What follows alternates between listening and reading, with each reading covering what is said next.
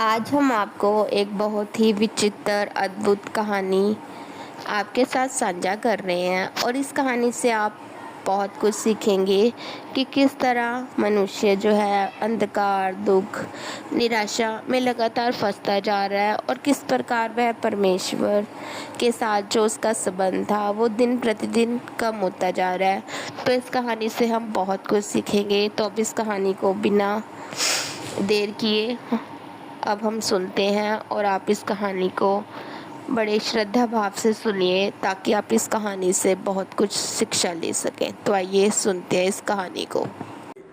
एक बार एक शिष्य ने अपने गुरुजी से प्रार्थना की कि हे गुरु महाराज, हमें ये माया और हरि के बारे में ज्ञान दीजिए। तो शिष्य की बहुत जिद करने पर गुरु महाराज ने बताया कि जब सृष्टि का प्रारंभ हुआ उस समय सृष्टि की रचना की, तो श्री हरि ने सृष्टि के साथ साथ माया का भी रचना की और माया को उनके खेलने के लिए माया को भी बनाया।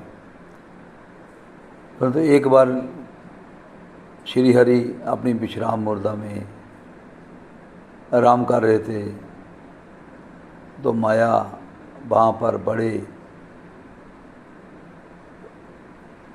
रुष्ट होकर भगवान के चरणों में आकर रोने लगी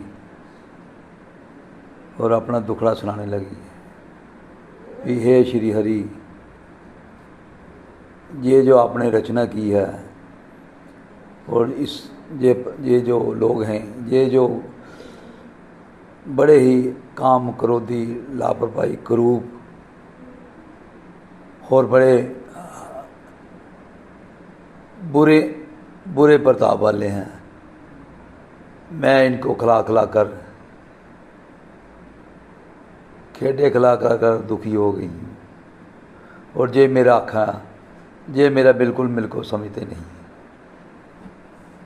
तो भगवान श्री हरि हंसे और मुस्कुराते हुए कहने लगे, माया तू घबरा मत, मैं तेरे लिए एक नई और रचना का निर्माण करती हूँ।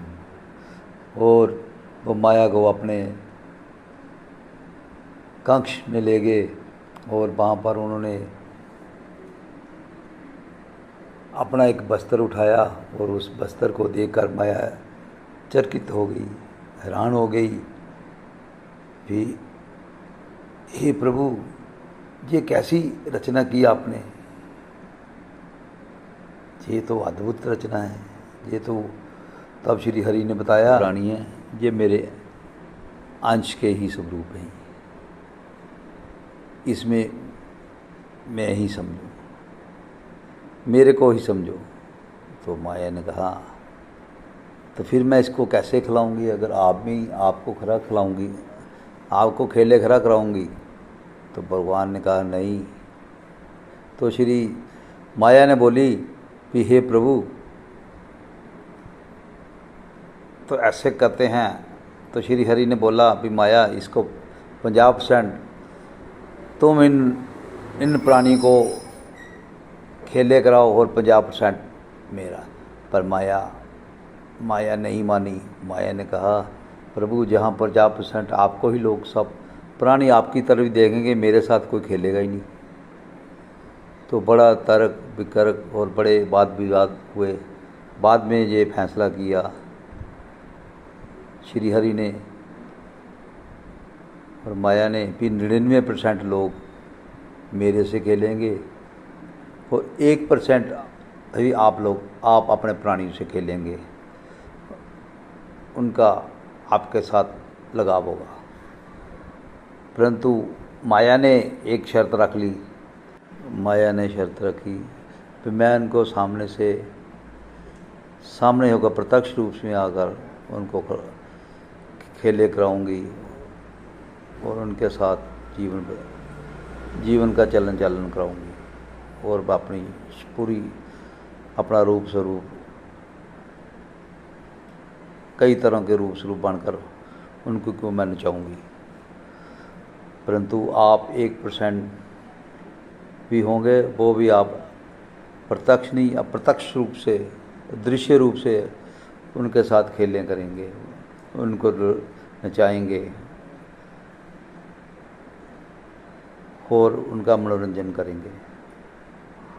और भगवान श्री हरि मान गए, कहते चलो ठीक है, परंतु 1% अब माया अपने प्रभाव के द्वारा मानव को तरह तरह के नज़ारे बेवव ऐश्वर्य देकर नचा रही है, उनके साथ खेले कर रही हैं और वो प्राणी उन माया में ही मस्त हो रहे हैं।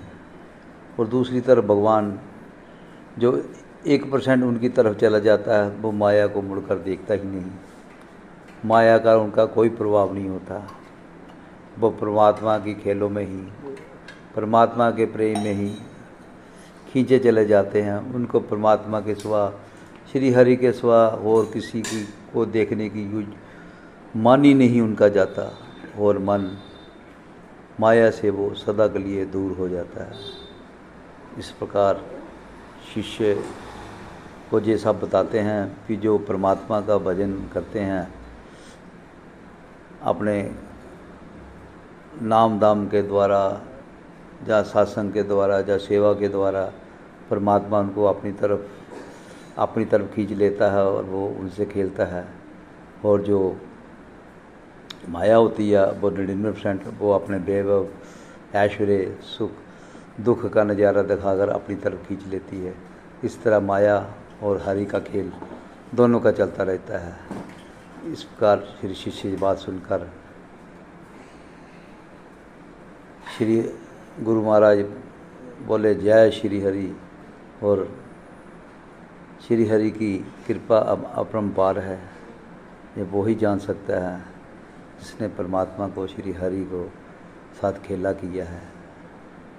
तो ऐसे खुशी खुशी शिष्य भी अपने मन को प्रबुद्ध करने लगे और परमात्मा के ध्यान में उनके साथ खेलने के लिए व्याकुल हो गए और बड़े मनोरंजन से अपना जीवन जी रहे हैं।